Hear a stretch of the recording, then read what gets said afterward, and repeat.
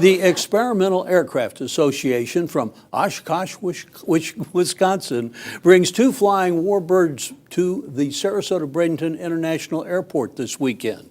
SNN Suzanne Lee took a ride in a B-17 bomber this morning to bring us a better view. Suzanne? You know, it was my first time in a B-17 bomber, so I was really in for a shock. It was named Aluminum Overcast, and it really was exhilarating. It was made between 1935 and 1945, and it's only one of a handful that's still left and working today. This weekend, you'll have a chance to choose either the B-17 bomber or the 1928 transatlantic passenger aircraft to take a trip back in time. Fewer than 100 B-17 bomber airframes exist in the U.S., and only a portion of those are airworthy. This weekend, you'll have a rare opportunity to join the Experimental Aircraft Association at the Sarasota Bradenton International Airport for flights on either a B-17 bomber. Plane grosses out at about 65,000 pounds.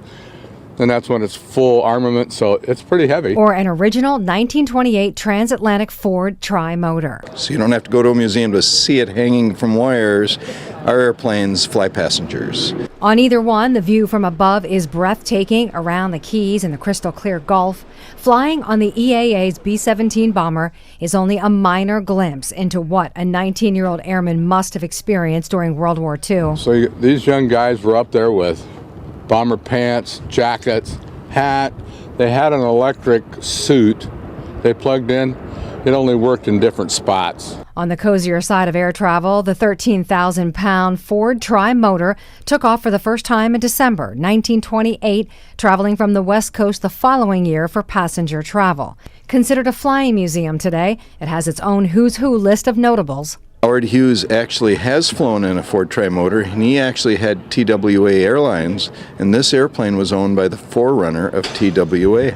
Flights are taking off around the clock Saturday and Sunday at the Rectrix North facility off Clyde Jones Road in Sarasota. So now, out of more than 12,700 B-17 bombers produced between 35 and 45, there are 4,735 that were actually lost during combat missions. It's a lot. Wow. And there were 10 men per plane. They did quite a job. Quite a job. Do you need a reservation to take one of these flights? You actually don't. Walk-up tickets are available. You just have to walk up to each of the museum booths for which plane you would like. The Ford tri-motor is $75, and the B-17 bomber cost non-EAA members $475. Reservations will save you a few bucks. Yeah, it's a little more expensive to fly that 4-engine plane than the 3-engine plane. It is. All right, thanks, Suzanne.